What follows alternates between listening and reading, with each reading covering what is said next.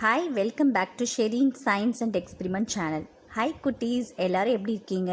இன்றைக்கி நம்ம என்ன பார்க்க போகிறோன்னா term 1 poem bender the blender அப்படின்ற போயம் தான் பார்க்க போகிறோம்.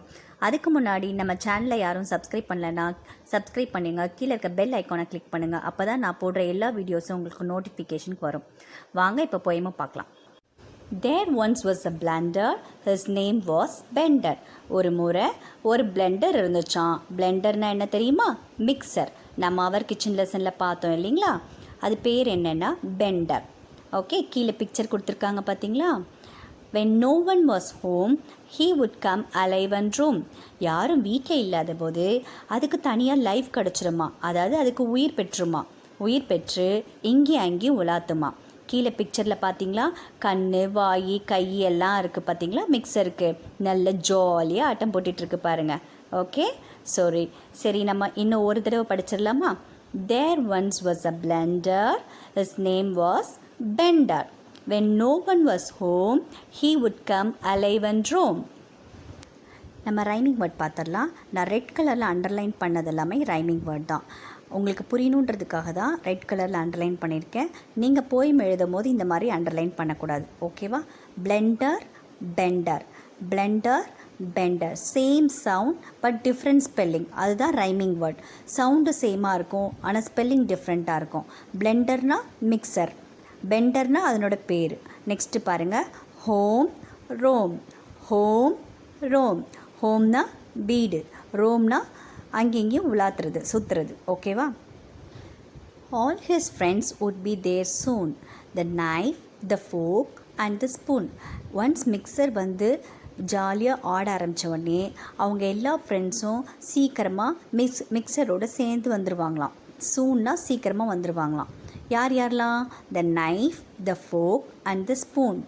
நைஃப்னா கத்தி, ஃபோக்னா முள்ளுக்கரண்டி, ஸ்பூன்னா கரண்டி இல்லையா? ஸோ மிக்சர் மட்டும் அங்கே விளையாடலை. மிக்சர் விளையாடிட்டு இருக்கும் போதே அவங்க எல்லா ஃப்ரெண்ட்ஸும் சீக்கிரமாக மிக்சரோடு வந்து ஜாயின் பண்ணிப்பாங்க.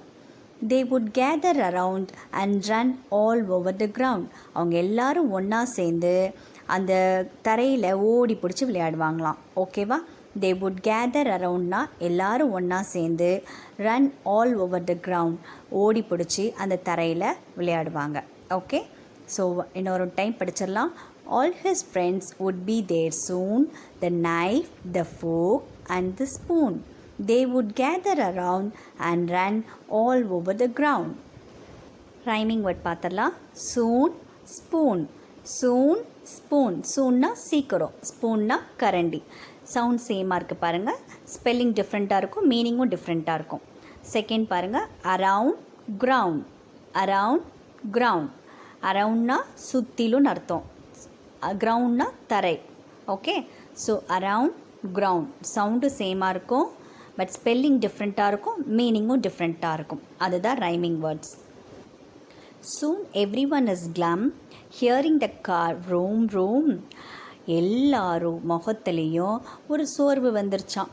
எப்போது? அவங்க கார் சத்தம் கேட்டவொடனே அவங்க ஃப்ரெண்ட்ஸு எல்லாருமே ஒரு சோர்வடைஞ்சு சோகமாக ஆயிட்டாங்களாம். ஏன்னா அவங்க வீட்டில் இருக்க முதலாளி வெளியில் போயிட்டுருக்கும் போது தான் இவங்க எல்லாருக்கும் உயிர் வந்து எல்லாம் ஜாலியாக ஆட்டம் போடுறாங்க இல்லையா?